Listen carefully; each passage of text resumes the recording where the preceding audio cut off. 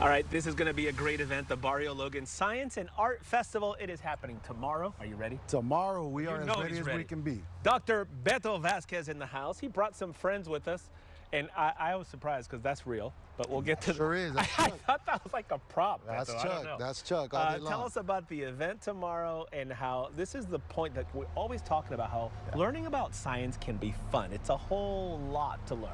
Absolutely, yeah, and so tomorrow, once again, thank you all for having us to be able to share about this beautiful event. Unlike many of the other science events that happen out there, we really try to capture the essence of the science all around us, deconstruct it, and talk about everyday happenings that include that science that sometimes we oversee. And I love that it happens in Barrio Logan, and I love that you stress to the kids the STEM programs, how important it is to their education. Do the kids kind of go for it, or do they just say, like I did, oh, look, there's a thing, and there's a... Yeah. How do you really communicate to these kids, like, this is really a thing you can do for the rest of your life? It's a career, it's awesome. Absolutely, and you know what, it's really hard to explain, but if you go to the event, everybody is busy doing something, and they are totally engaged. I've heard families that have gone around through the event and did not even get the chance to do every booth. Isn't that something? It's a requirement for all of our exhibitors to have something hands-on for attendees to be able to participate with, so they have a blast. And it's all free. It's all free. And when you have that, you know, people want to play with the lowrider and then learn how it works, and that's kind of gets things started, right? That's right. And we are going to have, I know it was originally scheduled to rain. It's rain or shine. We got you covered, literally. We're going to have big tarps over 80% of the venue. A little drizzle, isn't it? For shizzle, you know, a little drizzle for sure. It's going to be all right. But we have our friends with us today. We have Susan and T that are going to tell us a little bit more about the demos that folks can expect with them tomorrow. And it's going to be a blast, man. All right, Dr. Beto, we're going to scoot you over here because that is real. That is real. Right, Susan? Tell me about, kind of taking us to the wild side, if you will, a reptile education experience. When people see these creatures, they're like, wow. Exactly. They're terrified, and then the kids are totally into it. The parents are terrified. Yeah, let's be honest. Though? I mean, it's a learned fear. Yeah, it is a learned fear. And we want the kids to understand that nature is approachable. You know, so many of our kids grow up with gaming and all of that now.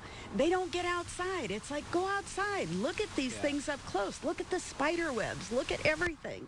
And we cover all that in a very hands-on way with the animals. This thing.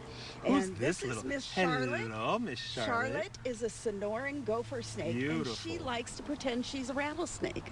Wait, why? Well, it's like, it's protection. You know, I mean, she has a banded tail like a rattler. Right. She has markings similar to a rattler. She even has the little dark scale under the eye to make her pupil look Nature's elliptical. Amazing. This is like a defense mechanism that builds over time. It's unbelievable. And she'll take her head and make it look like a rattlesnake. So I'm barely touching her. Yeah, I'm barely touching her to do it. That's a natural behavior that they have. So they mimic that rattlesnake. Oh, and there he goes. Oh, I was waiting for that moment because I said, you know, maybe he's scared of heights. He doesn't. Hello. Why did you try to walk off the table, sir? He says, I think I can fly. I don't think I like it here. I don't want to be on the table. Chuck Norris, do these two get along? I see the snake is smelling the tail the snake is spelling him. That would not be a good combination to have them close together like that. By the way, your reflex is to save that. Now, what kind of, what is this creature exactly? This is a chuckwalla. This is one of our local species from out in East County. Beautiful. And all the animals at Eco Vivarium are rescues. Oh, wow. And so when people come out to visit us on the weekends, they get to be hands-on with these guys. And I noticed the color changes from like the head to the main body to that part of the tail to that part of the tail. Right. It's all camouflage. That's my science question. Did you get that? What's up with that? Good one. What's up with that? It's all camouflage. They got to blend in with the surroundings. He looks just like a rock when he's basking. I barely noticed him when he was on the table. Exactly. And that's on a blue background, you know? It's like...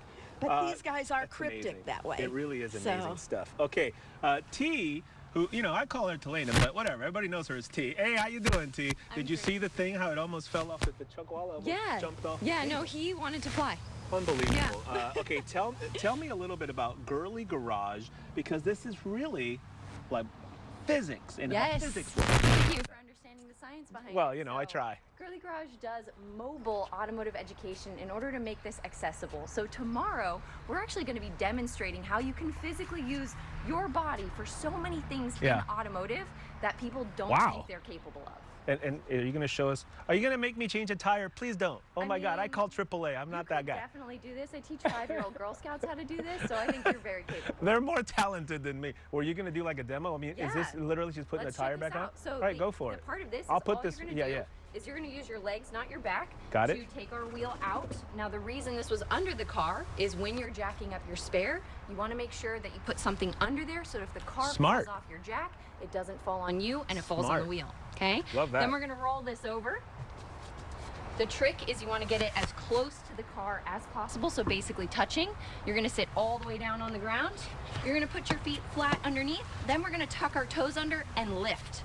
Now, I am not using my back. This works for any size tire, so even if you have giant Jeep tires like Beto. I love this strategy. This is great. And then all you use is your hands to direct, and then you push, and your wheel is on. Whoa, cool. Science.